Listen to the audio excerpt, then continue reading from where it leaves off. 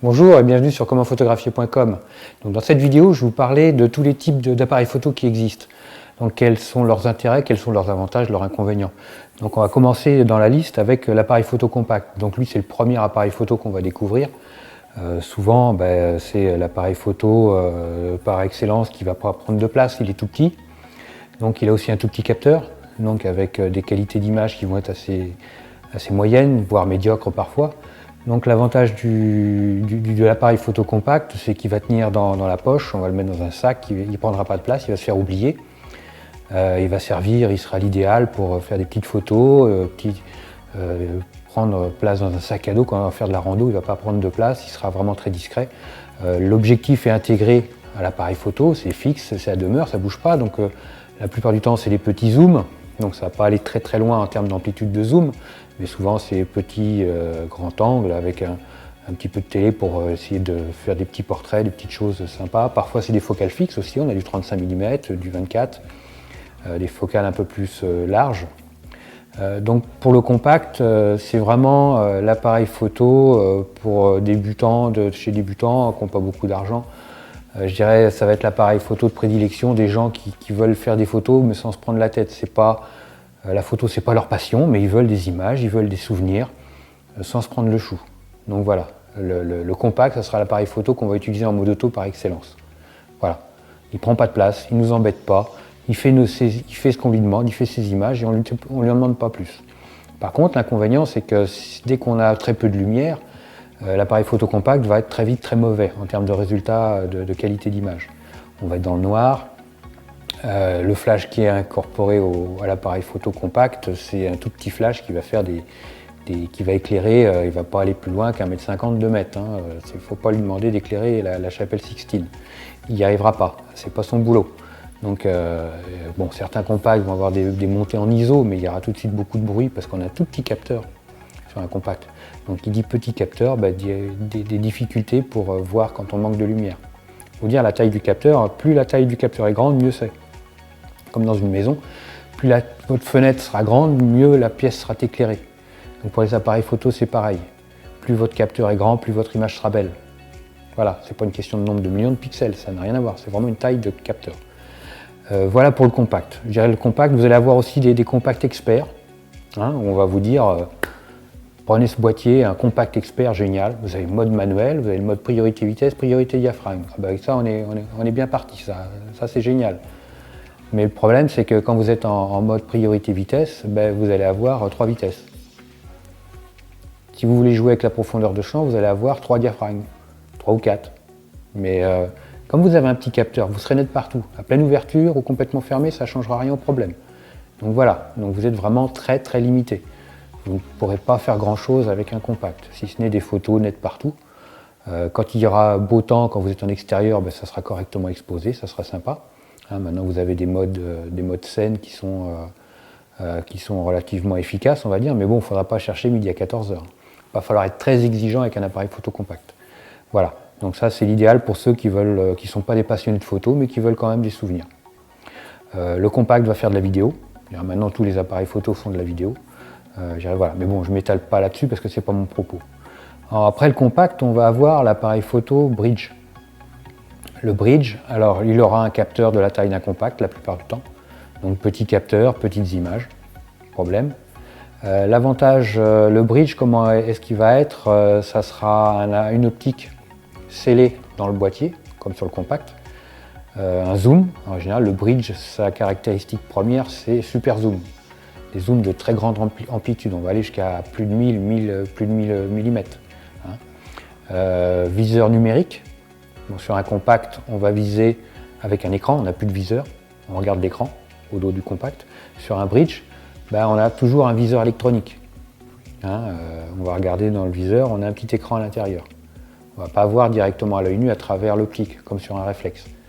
Mais la plupart du temps, les gens regardent l'écran. Maintenant, c'est l'habitude, c'est la grosse habitude, je dirais que c'est une erreur, c'est de regarder l'écran, de ne plus regarder dans le viseur. Sur le bridge, là où il va falloir être très vigilant, c'est sur la stabilisation de l'image. Parce que comme vous allez avoir des super zooms qui vont aller voir très très loin, il va falloir que votre bridge ait un excellent système de stabilisation. Parce que sinon, au zoom maxi, à 1000 mm, vous ne parviendrez pas à avoir une photo nette, parce que ça va bouger dans tous les sens. Donc ça, c'est vraiment... soyez très exigeant là-dessus. C'est pour ça que choisir un bridge, acheter un bridge à 150 €, vous ne ferez pas une bonne affaire. Parce que souvent, vous allez avoir une super amplitude de zoom, vous allez avoir une belle montée en ISO, vous allez pouvoir monter à 12 800 ISO, génial. Par contre, la stabilisation sera pourrie. Et vous n'aurez pas une photo de net. Ça, c'est le problème. C'est pas rare de voir des gens qui reviennent avec leur bridge, tout est flou, flou de bouger. Parce que c'est pas bien stabilisé. Donc ça, faites attention à ça. Le bridge, c'est la stabilisation. Un bon bridge, c'est 250 €. Il faut compter dans ces prix-là. Le prix, c'est juste avant le réflexe, quoi. Il y a 100 € d'écart, 100 € en dessous un prix d'un réflexe, je dirais, voilà, vous allez avoir un bridge correct. Donc si vous achetez un bridge, vraiment faites attention à ça. Le bridge aussi, il aura la prise en main d'un réflexe. Il sera peut-être parfois un poil plus petit qu'un boîtier réflexe, mais on aura la même prise en main. On sera vraiment dans quelque chose de confortable qu'on aura bien dans la main. Après, ça accompagnera aussi l'encombrement. Donc ça n'a plus rien à voir avec un compact. La différence, c'est qu'on a la même taille de capteur, donc avec une qualité d'image qui sera souvent équivalente. Sur le bridge, on fera aussi de la vidéo. Sur le compact, comme sur le bridge et comme sur les autres types d'appareils photo, maintenant on a des modes automatiques pour faire des panoramiques qui sont très efficaces, ça c'est assez sympa, assez ludique. On a tous les modes scène aussi qui vont vous aider. Sur le bridge, vous aurez systématiquement tous les modes experts, priorité vitesse, priorité diaphragme, programme, manuel, en plus du mode automatique, et puis tous les modes scène. Donc voilà pour le bridge. Donc le bridge sera un peu l'appareil photo où on va commencer quand on commence à s'intéresser à la photo, qu'on a un petit budget, qu'on n'a pas encore les moyens de s'acheter un réflexe, et puis qu'on n'a pas envie d'acheter un réflexe d'occasion, parce qu'en même temps, pour le prix d'un bridge, on peut s'acheter un réflexe numérique d'occasion. Mais on veut du neuf, donc le bridge est un bon moyen de commencer en numérique. Parce qu'on a envie de se faire plaisir, on a envie de s'intéresser à la photo. Donc le bridge est la bonne solution pour débuter. On va commencer par le bridge pour passer après au réflexe ou à l'hybride. Donc l'hybride, j'en viens maintenant, on est l'appareil photo hybride qui a le vent en poupe à l'heure actuelle. Beaucoup de gens achètent des hybrides et je peux les comprendre. Moi aussi, j'en ai acheté un. L'hybride, c'est l'encombrement d'un appareil photo compact, donc petit boîtier, et la possibilité de changer d'optique, optique interchangeable. L'optique n'est plus scellée au boîtier définitivement. On peut changer d'optique. Ça, c'est quand même très pratique. Donc on peut aussi avoir une gamme d'optiques différentes. On peut se faire plaisir, on peut utiliser les accessoires comme les filtres polarisants, on va pouvoir les utiliser sur les optiques d'hybride en fonction des diamètres. Donc l'hybride, on a la compacité d'un appareil photo compact, donc très faible encombrement, poids léger, et surtout grande taille de capteur, puisque les hybrides vont aller jusqu'à l'APS-C, voire jusqu'au full frame, pour certains appareils photo hybrides comme des Sony. Sur certains Sony, vous allez avoir du full frame et peut-être d'autres marques, je ne les ai pas en tête. Mais vous allez avoir jusqu'au plein format, jusqu'au 24-36, donc ce qui est quand même génial. Par contre, à des tarifs assez élevés. Mais déjà, avec la gamme des Nex Sony, vous allez avoir de l'APS-C. Donc ça, c'est quand même très, très utile. L'avantage, c'est que, par exemple, un bridge, vous n'allez pas pouvoir jouer avec les profondeurs de champ. Si la taille du capteur est trop petite, vous ne pourrez pas jouer beaucoup avec les profondeurs de champ, parce que petit capteur net partout. Alors qu'un hybride en APS-C, vous allez pouvoir jouer avec la profondeur de champ. Vous allez pouvoir flouter vos fonds, faire de beaux portraits avec des fonds flous. Si vous achetez un hybride, vous prenez une optique, un 200 mm sur un hybride, vous allez pouvoir faire de super portraits. Donc là, vous avez vraiment un compromis super pour avoir un encombrement réduit, avec les optiques de départ, les 16-50 ou les pancakes 35 mm qui sont vraiment pas épais du tout. Vous allez avoir un appareil photo qui va tenir dans la poche et qui va vous faire des super images comme sur un réflexe. Donc ça, c'est vraiment sympa. Par contre, l'inconvénient de l'hybride, je dirais, c'est son budget. Donc il est quand même un peu plus cher. Donc c'est là où il faut faire attention, il faut regarder en fonction de ses moyens et de ce qu'on veut faire. Après l'hybride, je dirais le réflexe. Le réflexe, lui, c'est le boîtier. L'intérêt du réflexe, c'est qu'on va avoir une visée à l'œil nu à travers l'optique. Ça, c'est vraiment super intéressant. Pour moi, c'est très important, parce que j'aime voir si je suis net ou pas, on le voit à l'œil nu. Alors que sur un hybride, on a un viseur électronique où on regarde à l'écran, la vision n'est pas la même. Sur un bridge, on a le viseur électronique, la vision n'est pas la même, on ne voit pas aussi bien. Alors que sur un réflexe, une visée réflexe, on voit tout. On sait tout de suite si on est net ou pas. Ça, pour moi, c'est essentiel. Et ça me fait mal au cœur quand je vois des gens qui ont des boîtiers réflexes et qui regardent l'écran. C'est dommage. Parce qu'en même temps, vous voyez, maintenant, on est en train de tuer la visée réflexe pour avoir des viseurs électroniques qui vont nous gâcher le plaisir et on sera plus maître de notre visée. C'est l'appareil photo qui va, encore une fois, avec ses assistances, prendre le pas sur nous. Et je trouve ça très dommage. Donc, regardez vraiment dans votre viseur, regardez ce que vous voyez, à la différence d'un écran électronique, on ne voit pas grand-chose. Donc ça, c'est vraiment essentiel. Redécouvrez un peu les automatismes et les joies de la visée réflexe. Donc le boîtier réflexe, c'est la visée. Pour moi, c'est indéniable, c'est vraiment l'avantage. C'est les tailles de capteurs différentes. APS-C, plein format. On va avoir des qualités d'image superbes. Comme je vous le disais, c'est vraiment, plus le capteur sera grand, plus vous aurez de belles images en termes de qualité de rendu. Vous allez avoir des comportements en basse lumière qui vont être fabuleux. Des montées en ISO, sans bruit, sans trop de bruit, donc vous allez pouvoir être relativement confortable quand vous allez manquer de lumière. Sur le boîtier réflexe, après je dirais l'inconvénient, c'est l'encombrement et le poids. Parce qu'une optique c'est lourd, un boîtier avec une optique ça peut être lourd, donc si vous faites de la randonnée ou que votre ennemi c'est le poids, le réflexe ne sera pas forcément votre ami à ce moment-là. Donc c'est là où il faudra vous poser la question, quelle est ma passion? La marche ou la photo? Ou alors est-ce que je dois investir dans quelque chose d'intermédiaire, un compact ou un hybride?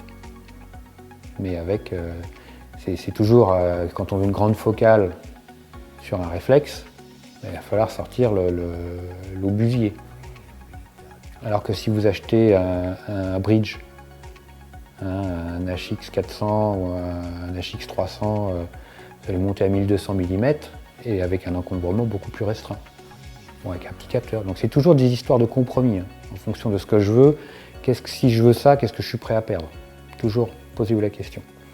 Et puis à chaque fois, si vous voulez acheter un appareil photo,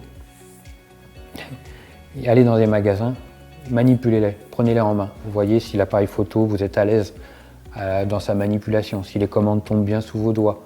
Parce que si vous avez des grosses mains, des petites mains, si vous êtes un homme, si vous êtes une femme, si vous êtes gaucher, si vous êtes droitier, tout ça, c'est des spécificités où il n'y a que vous qui avez les réponses. Donc prenez les appareils photo en main, manipulez-les, soyez vraiment sûr de votre coup. Ce n'est pas une question de marque ou une question c'est pas un problème de marque ou de type. Je dirais les appareils photo vous feront systématiquement des images bien exposées, ils sont faits pour ça. Mais après, c'est vous et l'appareil photo, c'est vraiment le couple. Il faut vraiment que vous soyez très, très attentif à ça. Vous devez essayer votre appareil photo avant de l'acheter. Le manipuler, l'utiliser, voir si tout tombe bien, si l'interface au niveau du fonctionnement interne de l'appareil photo, voir que l'interface vous va bien, vous la comprenez, vous savez comment ça fonctionne, c'est intuitif pour vous, vous arrivez automatiquement à trouver les bonnes fonctions. Parce que si l'interface, vous ne comprenez pas trop l'interface, c'est pas la peine d'acheter, parce que vous allez galérer.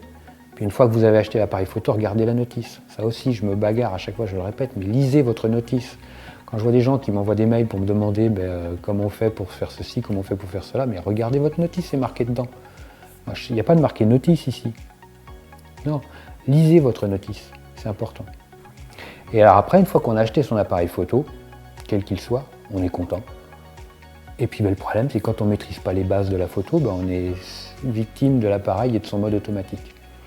Parce qu'au début, on est content, on fait des photos, il se débrouille tout seul, nickel, puis de fil en aiguille, on commence à monter dans nos exigences et dans nos visions de la chose et on a envie de faire des photos qu'on veut. Mais on n'y arrive pas parce que c'est toujours l'appareil photo en dernier ressort qui, lui, impose ses visions. Il fait la mise au point où il veut. Si je veux faire une photo en contre-jour, lui, il ne veut pas. Si je veux casser un contre-jour, il ne veut pas. Si je veux figer un mouvement d'un sujet, il ne veut pas. Si je veux laisser filer mon sujet, lui, il me le fige. Donc toutes ces choses que moi je veux faire, l'appareil photo il ne va pas le deviner. Donc pour imposer votre choix à l'appareil photo, il faut maîtriser les bases.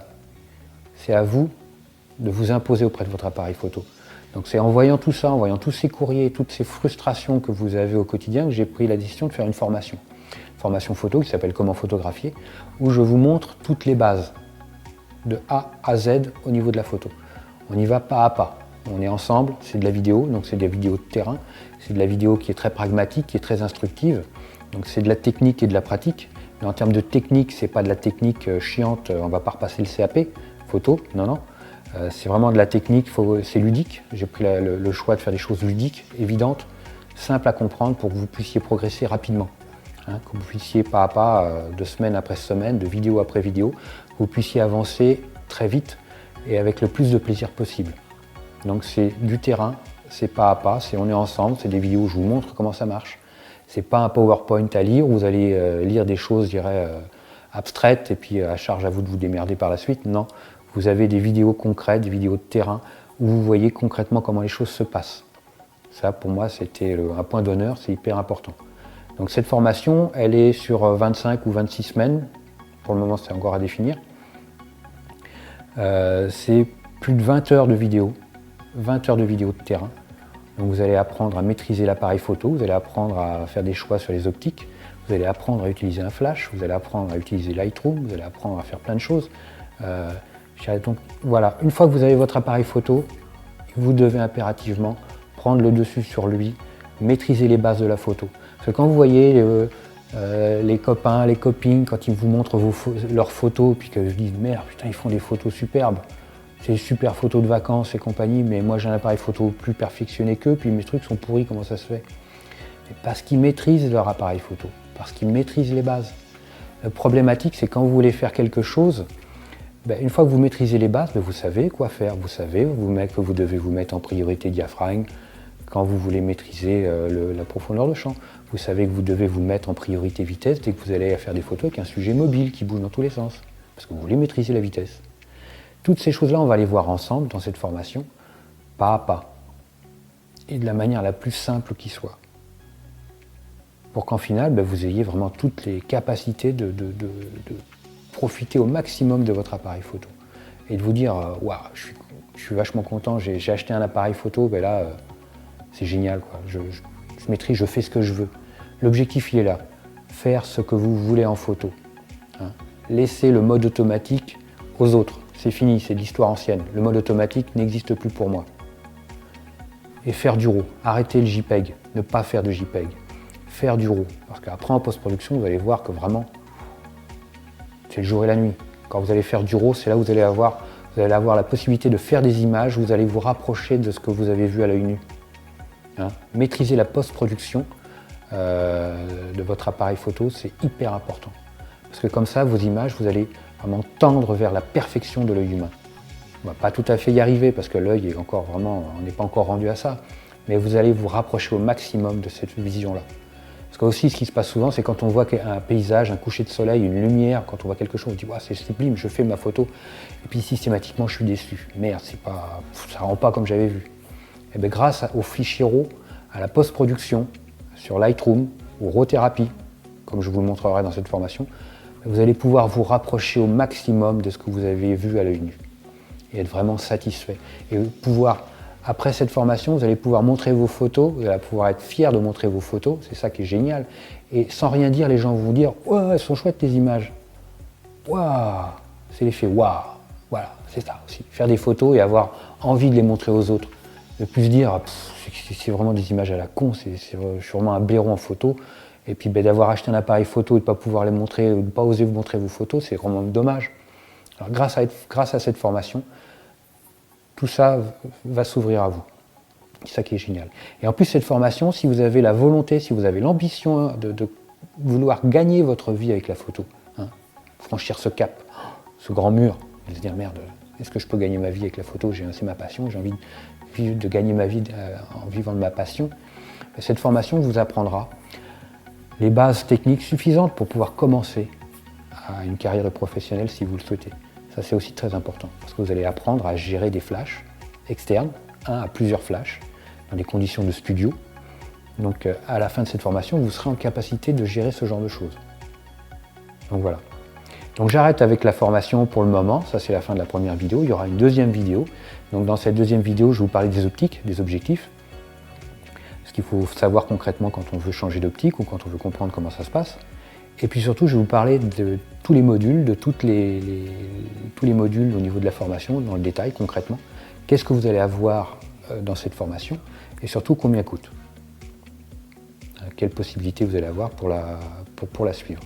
Et on va avoir aussi les témoignages de ceux qui ont suivi cette formation. C'est assez aussi important que eux puissent vous donner votre avis, que ce ne soit pas moi qui suis là pour vous expliquer comment elle fonctionne, mais je dirais bon, avec le maximum de modestie et d'honnêteté possible. Mais en même temps, je pense que c'est quand même mieux d'avoir les gens les premiers qui ont suivi cette formation, qui vont vous en parler aussi le mieux. Parce qu'eux ont vu ça d'un œil extérieur, et ça c'est important, aussi d'avoir un ressenti concret. Voilà, écoutez, merci de m'avoir écouté, puis je vous dis à très vite sur commentphotographier.com.